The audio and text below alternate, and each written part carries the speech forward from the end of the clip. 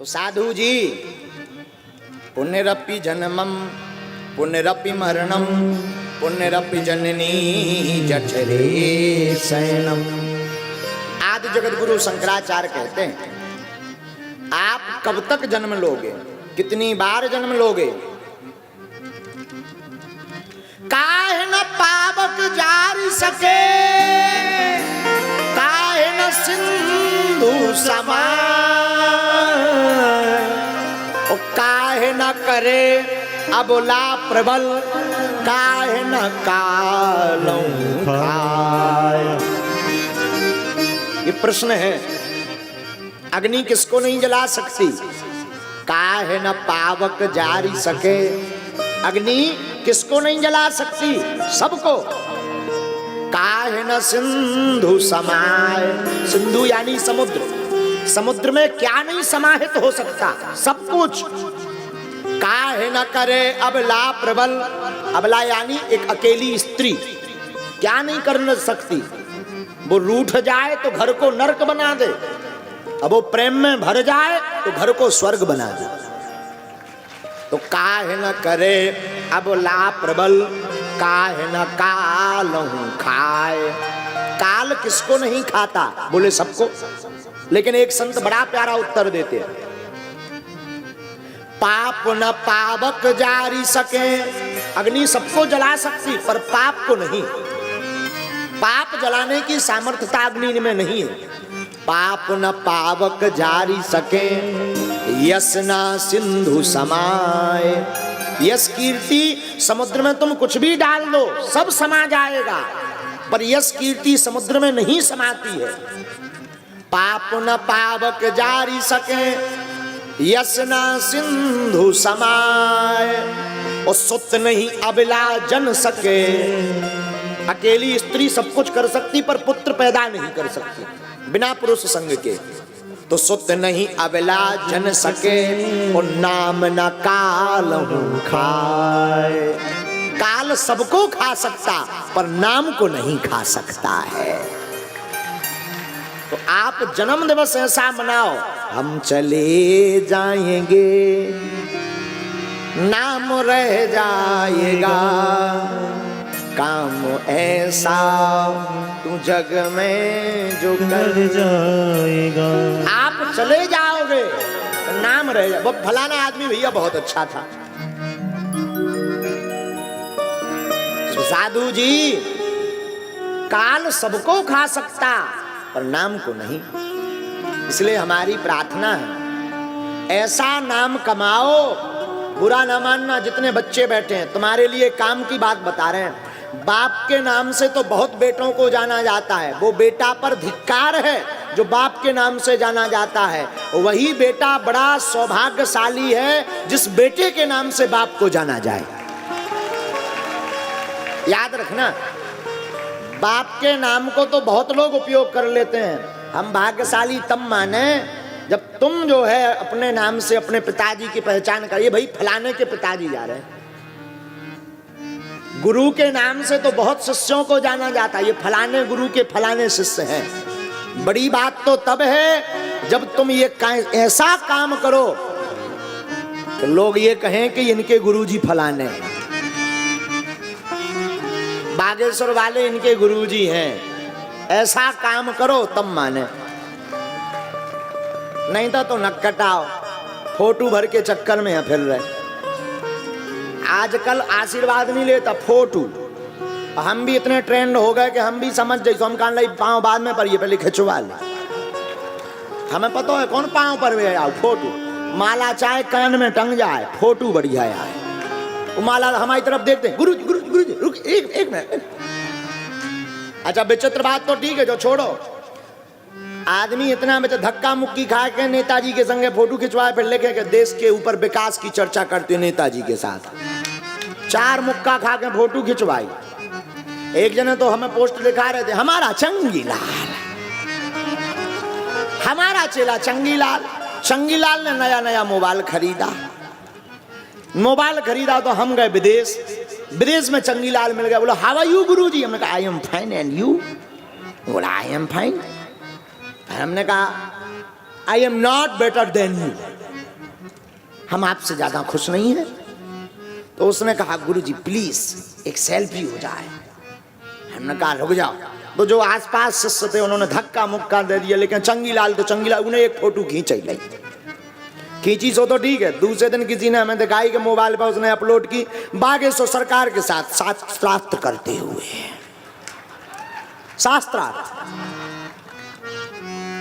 शास्त्रार्थ की एक झलक देखिए। आगे के लोगों 6 मुक्का खा के फोटो खींच पाओ और लिखकारों के शास्त्रार्थ सीधी। हमने कई खबर भेजवा उनकी शास्त्रार्थ नहीं, कम से कम ज्ञान चर्चा लिखवा दे। और शास्त्रार्थ तो बहुत ऊंची बात, ज्ञान ही चर्चा लिख दो तो, लेकिन सीधो शास्त्र बोले उतने डायरेक्ट बोले बागेश्वर सरकार शास्त्रार्थ करते। नाम चंगीलाल को बताओ, लेकिन जो आदमी एक भारत को तो सत्य घटना हम आपको सुना। शास्त्रार्थ लिखेंगे बोले बागेश्वर सरकार के साथ शास्त्रार्थ करती हूँ। हमने खबर भिजवाई, हमने कहा इनसे पूछो जीतो कौन है। तो कुछ लोग ऐसे भी होते हैं, लेकिन होते हैं तो होते हैं, कोई बात नहीं, अच्छी बात है। लेकिन हम फिर कहेंगे मेरे पागलों, सच्चा और अच्छा शिष्य वही है, ऊंचा शिष्य वही है। तुम गुरु के नाम से मत जाने जाओ, ऐसा कोई काम करना कि गुरु का नाम तुम्हारे नाम से हो।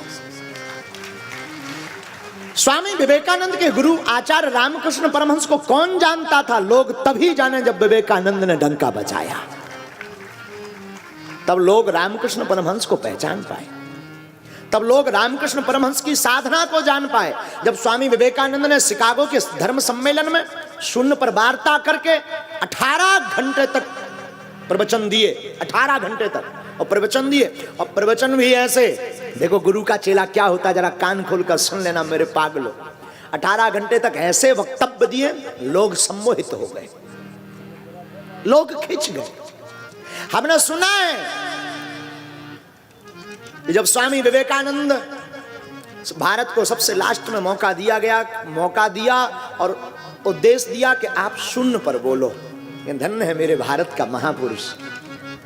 जब उसने कहा, अपनी भाषा में कहा, dear and brothers and sisters, मेरे भाई और बहनों, लोग इसी बात पर पहले नंबर पर चौंक गए। क्योंकि जितने भी राष्ट्र के लोग आए थे, अन्य देशों के लोग आए थे, तो वो कहते हेलो एवरीवन।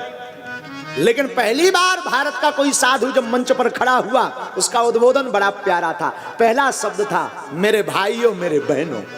लोग चौंक गए, ये है कौन? और जब बोलना शुरू किया एक भारत के साधु ने, एक गुरु के शिष्य ने बोलना शुरू किया, हमने सुना स्वामी विवेकानंद ने अपनी वाणी का वहां चमत्कार दिखाया, जादू दिखाया। ज्यों-ज्यों विवेकानंद पीछे होते जाते थे, पूरे बैठे हुए लोग खड़े होकर के विवेकानंद के पीछे पीछे चल रहे थे और सुनते जा रहे थे कि आखिर ये बोल क्या रहा महापुरुष। शिकागो के धर्म सम्मेलन में स्वामी विवेकानंद वार्ता करके निवृत्त हुए। अमेरिका में बैठे तो एक रात वहां की अमेरिका की एक स्त्री, एक महिला आई। रात के बजे होंगी कोई 9-10 बजे की रात्रि में सब दर्शन करने आते थे, क्योंकि महिमा तो व्याप्त हो चुकी थी। पता है उस महिला ने क्या कहा? उस महिला ने कहा, स्वामी मैं आपसे कुछ चाहती हूं। स्वामी विवेकानंद ने कहा, मांगो। क्या चाहते हो मुझसे? उस स्त्री ने कहा, आपका तेज युक्त चेहरा, आपका ये मुस्कुराता हुआ चेहरा, आपकी ये ओजस्वी वाणी, ये लावण्यमयी वाणी, ये गदगद वाणी हृदय को बड़ा झंझोर गई मुझे। आपने जो अपने देश, अपनी संस्कृति, इसका प्रचार जो आपने किया, मुझे हिलाकर रख दिया। मैं भी चाहती हूं मेरे भी एक ऐसा बेटा हो जो तुम्हारे जैसा ओजयुक्त हो, अद्भुत विविधताओं से भरा हो, अद्भुत उसके पास कला हो। मैं चाहती हूं कि तुम्हारे जैसा बेटा हो। एक काम करो, तो मुझे अपनी पत्नी स्वीकार करो स्वामी, मेरे साथ संसर्ग करो।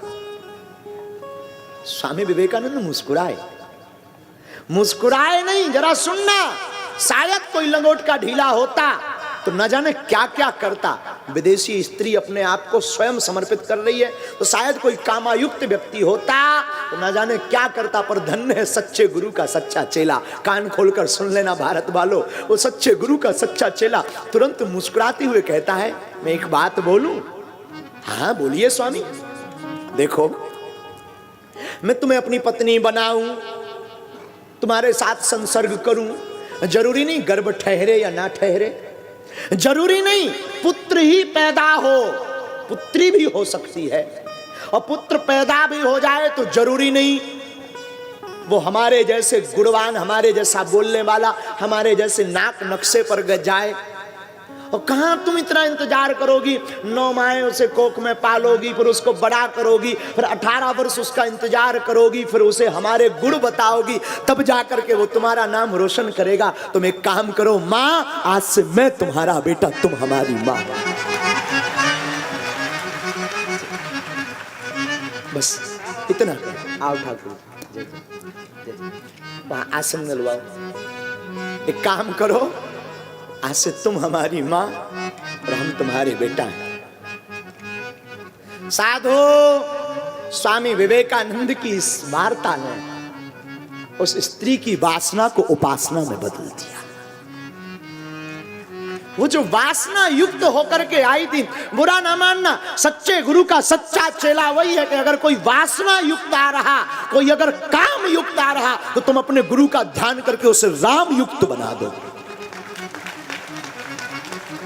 हाँ, अगर कोई धोखे से तुम्हारे पास कोई अबला या कोई आपके रूप को, आपकी वार्ता, आपके पद, आपके जीवन, आपकी लाइफस्टाइल, आपके मैनेजमेंट, आपके पैसा, आपकी यश, आपकी कीर्ति को देख करके, बागेश्वर धाम के पागलों कान खोलकर सुन लो, अगर कोई आ भी जाए, उस काम युक्त बहन को, उस काम युक्त स्त्री को राम युक्त बनाने का काम करेगा।